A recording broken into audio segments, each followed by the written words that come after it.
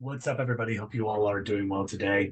I want to go over a couple of things with your upcoming week of social media strategies.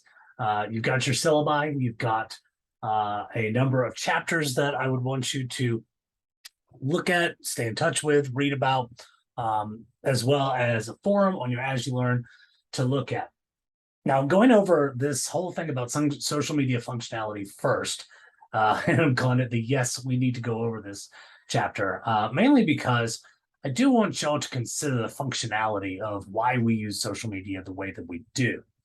And so a lot of these things are going to seem obvious, but at the same time, when we start to break them down, we start to kind of get into a little bit more of a understanding of what we call uses and gratifications, and how we use those uses and gratifications for anytime we want to use social media. So I'm going to try not to stay on this too long, but I do think this is an important chapter to even before we get into the organizational side of social media to talk about this. So first and foremost, we mentioned a little bit about what is uses and gratifications. And honestly, this is kind of a formation about how we use media in any given situation. So a lot of really smart professors of mine have always kind of given me this indication that media is a tool. So social media kind of gets this mentality of we use it in very different ways. And so you can see a couple of the different categories that have been studied and researched over the years about how we use social media. And again, this is important because as a organization that plans on using it, we have to think about these are the kind of things that people will be looking for when they're trying to search for our brand, when they're trying to use our brand in any kind of discourse, in any kind of information seeking, any types of entertainment, etc. So I hope to be using some examples with this, as well as talking about all of these. So again, I'm going to try not to stay on them too long for the sake of length of this video, but I do want to mention that, we use social media for a lot of different areas and ways. I mean, I'll talk about how I use things like YouTube, or if you still use Spotify, there are methods about how I use music. So, sometimes to rest, sometimes to relax. I use it to write, but, when I write, I use classical music, so I don't have to listen to a lot of lyrics because I'll end up writing them down. Things that I listen to when I drive, so I don't get road rage, etc. So there are different things that I use while I'm listening to music, or do things while I'm listening to music. I often joke about being in the gym and saying, is this the best music choice for working out? I was talking to a good friend of mine when we were listening to the Beatles' Twist and Shout, and I said, Twist and Shout is a great song. It's not something I never necessarily want to do while I'm doing bench press, for example. So those are just some examples, but let's get into some of these uses and gratifications. So social interaction is ultimately what comes first. It's inherent within the name. Social media, social interaction. But we're going to talk about what we consider with social motivation. So our needs to be social creatures. So when we were in quarantine, we saw a rise in people needing this, as things like Twitch, for instance, went up by several million content creators, not viewers, but channels that were created. It went from like 3 to 7 million over the course of March in 2020, when the pandemic was just starting. So a lot of this was trying to reach out and make some connections with some people that we may or may not know, and give us an opportunity to be able to communicate with one another. So a lot of us have this more contact with social media than face to face. So it is a lot more convenient. We can stay in touch with people that we know we've known for a long period of time. So when I have talked with people, I mean, this is a nice thing to be able to still stay in touch with some of the people I used to ski with, and remain friends. Whereas, some of them I would never see again if it wasn't for the convenience of social media. So you have these friends that you would consider very close to you that rely very specifically on proxemics. So the ability to just be in the same place. So my wife and I have friends that are in this area, but we also have friends that, are still in where I got my PhD in North Dakota, that we connect with fairly frequently on areas like face to face. And so face to face often gets this gold standard, but there are advantages to computer mediated communications. So proxemics is one. Thinking before you speak. I know when many times in my life that being able to construct my message before I send it out is a very nice tool to be able to have. And there are advantages of asynchronous communication, that you can send a message when you need to, and really have it again thought out before it's actually sent. So these are good things that we use social media for, in this instance. And you will need to think about kind of the downtime in between asynchronous and synchronous communication, when you're working with these websites in the future. So also is internet information seeking. So I think I just ended up writing a lot of questions for this, but how many of you have had an argument resolved by Google in seconds? Um, I always kind of look at the days of yore, when you would have an argument that would last for hours about something completely meaningless, about an actor, was it Isla Fisher or Amy Adams in this movie? And you could just go on IMDb now and resolve that very quickly. Whereas before you would have an hour-long conversation, to where friendships may or may not have been destroyed. How many of us have actually clicked on targeted ads because we actually features the things we wanted? There have been a number of times where I've seen something recently that has caught my eye. And it's not necessarily the targeted ads, but information seeking of a Twitter account that I like to follow has their own personalized Amazon page where they link their page with a lot of other pages that sell things. And I'm very much interested in the things that they sell. So that puts a major strain on my wallet. How would any of us know it's somebody's birthday if it wasn't on their Facebook profile? And I have to admit that one of my good friends' birthday is today, and I would not have known if it wasn't for Facebook. And it's part of the reasons why I still have a Facebook account. And then how many of us use social media for self-education purposes? This is, for my how-to things that I need to do at home, in terms of replacing a light fixture, in terms of working on my car. Being able to use YouTube is incredible. And it's something that I wouldn't be able to do if it wasn't for this. Now, and a lot of people will use this on things like, I don't know how to use R or Python. And so they use coding YouTube videos, or they might go in and say, I don't know how to use Adobe Creative Suite, or I don't know how to do something in Photoshop or Illustrator. So they look it up and they have that opportunity. So there's a lot of things within the use of, using the internet that you can talk about this. But it also has to do with talking with people and having intelligent discourse with that's not always the case, but you get where I'm going with this. This is another one of my favorites, is talking about past time. So media logs from media planning classes. So this, I do this every semester when I teach media planning, is I actually have people talk about their media schedules, about how much they consume, how they consume it. Do they game? Do they spend time on their phones? Are they streaming on Netflix? Are they listening to music? Tell me in detail what your media consumption looks like. And so where this usually comes up is I use these media breaks, if you will, just to pass time if I'm at lunch or I'm waiting in line. Mobile gaming is that exact same way. In fact, we did a study about why people used a certain mobile game. Well, people would say, well, I play it before I go to bed, before I wake up to take a shower, during my breaks at work. It's always this downtime period, and it's there to pass time. I actually had a good friend of mine that talked about this when I was working at a ski shop, and he said, before the invention of cell phones, what did jerks do when they were waiting for something? And I always had to laugh at that, because I just thought that was kind of a funny thing of like how people would kind of get upset, roll their eyes, let out a big grunt, and then just stare at their phone. But in this case, that's what they're doing, is that they are passing time in this case.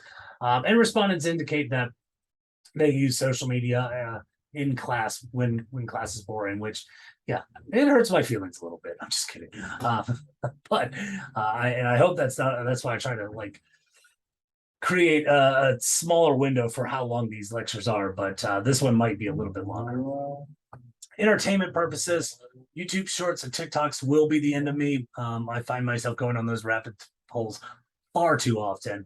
But even things like games with social activities linked in with them. I know for a while, this is a long time ago now, Clash of Clans was something that I had a lot of friends on that when we were building our own little community and, competing with others. Looking for things like music, podcasts, videos. There's a plethora of what we would consider to ourselves very entertaining. And how we entertain ourselves through social media will differ from person to person. But you do need to think about what is it that you find entertaining in the uses of social media. So in this case, I would say what this is actually on a research study that I was viewing when I was making this PowerPoint is watching videos and reading comments. Now, you can get a lot of really negative stuff when it comes to reading comments, but I will say one thing that is fairly cathartic is I will often see a joke that's on YouTube, and then the comments are even funnier to read because there's just a lot of witty stuff out there, and to me that can be just as fun. One of my personal favorites, actually, you know what, I'm going to save that one for entertainment because that's not really what I'm trying to get at. But again, games with social elements, we do them to be entertained. That one should be fairly without saying, but it is important. Next is relaxation. Things are very cathartic and relaxing on social media. So I've got friends of mine that love ASMR streams. They say, this actually helps me go to sleep. I do not like social ASMR streams. They bother me to a great degree. I've got nice headphones, and to be able to listen to mics that will actually work with going from earphone to earphone bothers me to no great end. But again, I've got a very good friend that's he's about it, and he likes it before he goes to sleep. Playing games is a mean to relax. This was actually something that the same friend I was talking to, as a matter of fact, talking about how to come down from a panic attack. And I was mentioning about something like playing Candy Crush just to get my mind off of things. And they would say that's actually a really good way to kind of get your brain off it, to kind of bring you down, to get you to not think about it in this case. So things like cruising through profiles, escapism, these are all things that kind of help. And I do want to mention this is not qualified therapeutic advice to say, hey, you should play Candy Crush if you're having a anxiety or a panic attack. I'm not saying that, but what I am saying in this case is that people often do it to kind of take their mind away from things, and not have to think about some of the things that may be stressing them out at the time. Couple more, so I'm almost done here. Communicatory utility is being a place to find your voice out. Now, I like this one, and it's one that isn't talked about that much within social media. And it's that you have an identity within your social media profile. And I really want y'all to pay attention to this, is that you often have a way that you communicate, and you often have intended audiences in mind when you post something. So I know with my Twitter, for instance, I actually say it on my pinned tweet about this is what you should expect from me. So I will talk about sports. I will talk about gaming. I will talk about my wife. I will talk about some small things in life, but ultimately those are kind of that trifecta of things that I'll talk about, like games, anime, research with that, sports, and I talk about my wife a lot on that. So again, this is what you can expect. And so if you don't like it, you don't follow me, that's fine. So you might sit there and say, why do people follow you that maybe you're friends?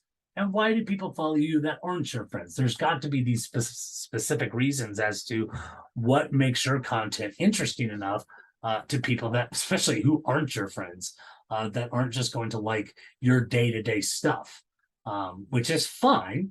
And this is actually still, people who do lifestyle blogs have that same. But the point of that one is that you have a lot of people that are used to that brand and that style of communication. So when you're thinking about this from an organizational standpoint, what is your brand? What is your voice? Are all going to be areas here. So any type of Facebook group, super follow on Twitter, or Discord server, for instance, would fall into this category.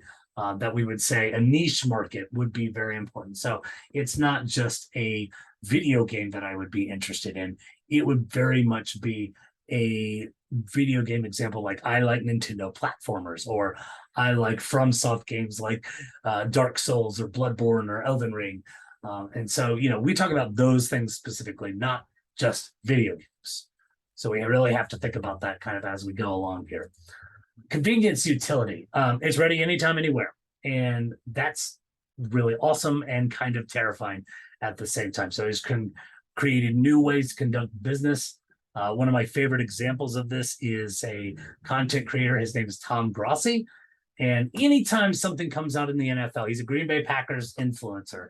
But anytime something happens in the NFL, he is on it, to where there is a post probably within 30 minutes of things like when Calvin Ridley was suspended for the entire season, or the Deshaun Watson case, or the Miami Dolphins situation that they have going on there in their terms of their controversy. So all of this came out super lightning fast. And so there's information sending out constantly. And these are actually just some areas that I will want you to pay attention to. On Netflix, there's, I think it's both of these are Netflix documentaries. The Don't F with Cats documentary is really interesting about investigatory citizen journalists. Same with Deadspin's reporting of the Manti Te'o's girlfriend.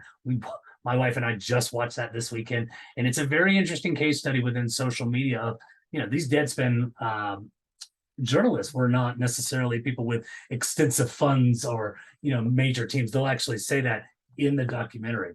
Transfer windows in sports. I'm a big English Premier League fan.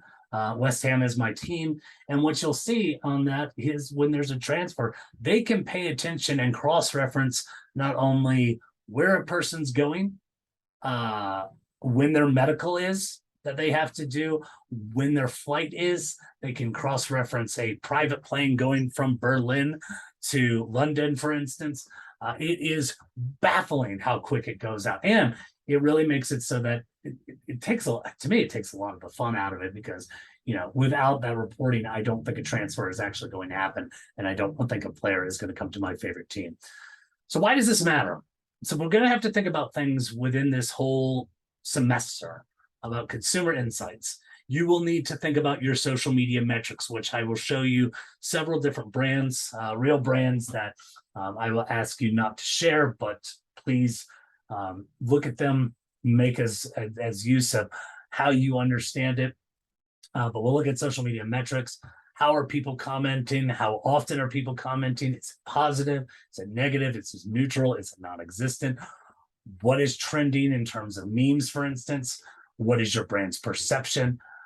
You will have a lot of people, if there's someone that's really upset with your brand, they're not going to pay attention to any positive thing that you try to spin with it. So we'll talk more about that. But I also want you to think about, go through all these sections here and say, how and why do people use social media? And how can you use that for your brand in terms of their needs and wants with this? Because that's the difficult thing, is how do you stand out as a social media brand? What is your identity? And how do you make it so that your social media is the thing that people want to see? And we'll talk more about that as we go along. So that's going to be it. Sorry if that was a little long, but we will talk more. I will talk a little bit about your project as well for your speech. But I hope you all have a great day, and I will be talking with you all very soon. Thanks.